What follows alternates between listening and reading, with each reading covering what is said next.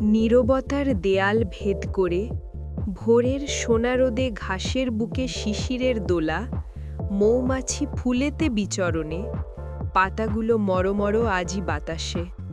নদীতে পালতোলা নৌকা, দূরের অনেক দূরে কার্গো জাহাজগুলি প্রতিনিয়ত চলছে। জীবনের পথ চলা যেমন শেষ হয় না। সাদা বক উড়ে যায়, গাংচিল ধপাস করে শিকারে। প্রকৃতির নিয়মে বাধা সব। সন্ধ্যা নামার পর শিয়াল দল বন থেকে লোকালয়ে নেমে আসে।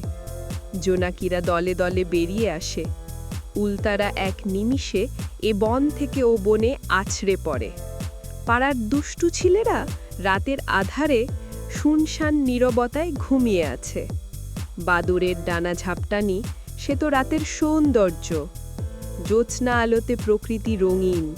তারাদল ওই দূরে মিটিমিটি হাসে। ছোট শিশু মায়ের বুকে পরম আদরে ঘুমের মাঝে।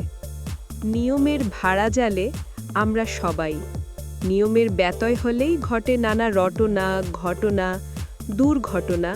সৃষ্টি হয় প্রলয়, মহাপ্রলয়।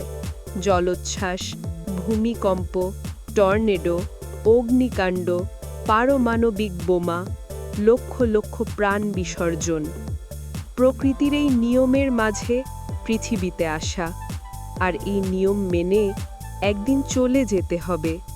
সেদিন রহিবে শুধু স্মৃতি, স্বজন হারানোর বুক ফাটা আর্তনাদ।